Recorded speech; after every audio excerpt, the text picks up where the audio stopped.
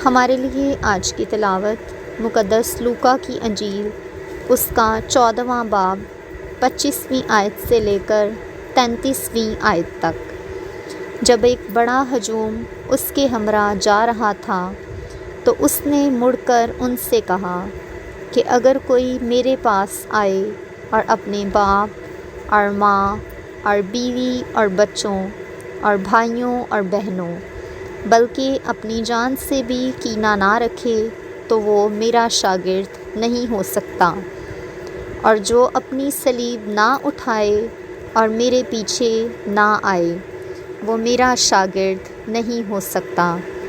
کیونکہ تم میں سے ایسا کون ہے کہ جب وہ برج بنانا چاہے تو پہلے بیٹھ کر تصرف کا حساب نہ کر لے کہ آیا میرے پاس اس کی تکمیل کرنے کا سامان ہے یا نہیں؟ ایسا نہ ہو کہ جب نیو ڈالے اور تیار نہ کر سکے تو جو لوگ دیکھیں وہ سب اس پر ہنسنے لگیں اور کہیں کہ اس شخص نے تعمیر شروع تو کی مگر تکمیل نہ کر سکا۔ یا کون ایسا بادشاہ ہے جو دوسرے بادشاہ سے جنگ کرنے کو ہو تو پہلے بیٹھ کر مشورہ نہ کر لے کہ آیا میں 10,000 کے ساتھ اس کا سامنا کر سکتا ہوں یا نہیں، جو 20,000 لے کر مجھ پر چڑھ آتا ہے؟ نہیں تو جب وہ ہنوز دور ہی ہے قاصد بھیج کر شرائط صلح کی درخواست کرے گا۔ بس اسی طرح جو کوئی تم میں سے اپنا سب کچھ ترک نہ کرے میرا شاگرد نہیں ہو سکتا۔ پاک کلام کے پڑھے اور سنے جانے پر خداوند کی خاص برکت ہو۔ خدا کا شکر ہو، آمین۔ باپ اور بیٹے اور روح القدس کے نام میں آمین۔ مسیح خداوند میں میرے عزیز بھائیوں اور بہنوں، میرا نام ایرک سلویسٹر ہے اور میں آج کی تلاوتوں پر دھیان و گیان کے ساتھ آپ کی خدمت میں حاضر ہوں۔ عزیز مومنین، آج کی پہلی تلاوت مقدس پالوس رسول کے فلیپیوں کے نام خط کے 2 باب سے لی گئی ہے۔ یہ خط مقدس پالوس رسول نے اس وقت قلم بند کیا جب وہ روم میں قیدی تھا۔ وہ اس کلیسیا سے خاص محبت رکھتا تھا۔ وہ انہیں خوشی سے یاد کر کے خدا باپ کا شکر ادا کرتا تھا۔ وہ انہیں مسیحی چال چلن میں سنجیدہ رہنے کی تلقین کرتا ہے۔ اپنی نجات کا کام کیے جاؤ۔ ہمیں اپنی نجات کا کام اس طرح نہیں کرنا کہ کبھی کبھی کر لیا، بلکہ اسے مکمل طور سے کرنا ہے۔ جاں فشانی کے بغیر ہم نجات حاصل نہیں کر سکتے۔ خدا تیار رہتا ہے کہ اپنے فضل سے ہماری دیانتداری کی محنت اور کوشش میں ہماری مدد کرے۔ خدا کا فضل ہے جو ہمیں نیک کام کرنے پر راغب کرتا ہے اور پھر اسے کرنے کی توفیق بھی بخشتا ہے۔ ہم خدا کے فضل کے بغیر کچھ نہیں کر سکتے۔ مقدس پالوس رسول انہیں نصیحت کرتا ہے کہ اپنے ایمان کے اقرار کو موزوں مسیحی مزاج اور چال چلن سے آراستہ کرو۔ سب کام بغیر تکرار کیے کیا کرو۔ خدا کے بے عیب فرزند بنے رہو۔ خدا کے فرزندوں کو آدمیوں کے فرزندوں سے مختلف ہونا چاہیے۔ اچھے مسیحی دنیا میں چراغ کی مانند ہیں۔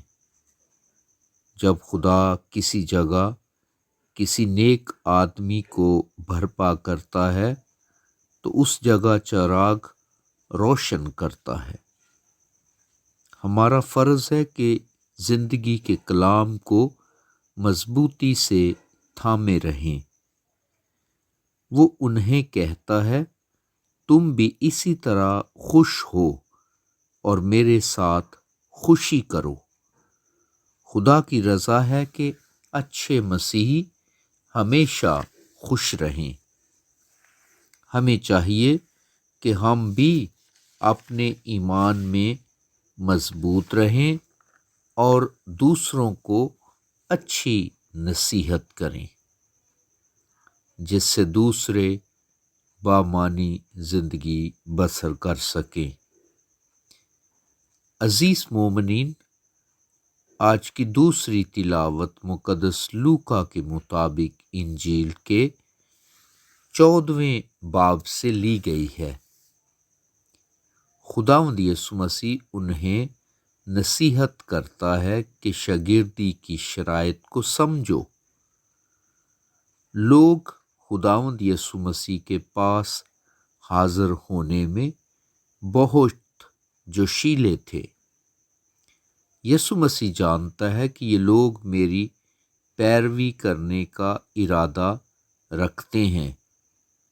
انہیں امید تھی کہ مسیح کہے گا کہ اگر کوئی میرے پاس آئے اور میرا شاگرد بنے تو اسے کثرت سے دولت اور عزت ملے گی، مگر اس نے بالکل اس کے برعکس بات کہی۔ جو شخص اپنے باپ اور اپنی ماں بلکہ اپنی جان سے بھی دشمنی نہ کرے، وہ خداوند یسوع مسیح کا شاگرد نہیں ہو سکتا۔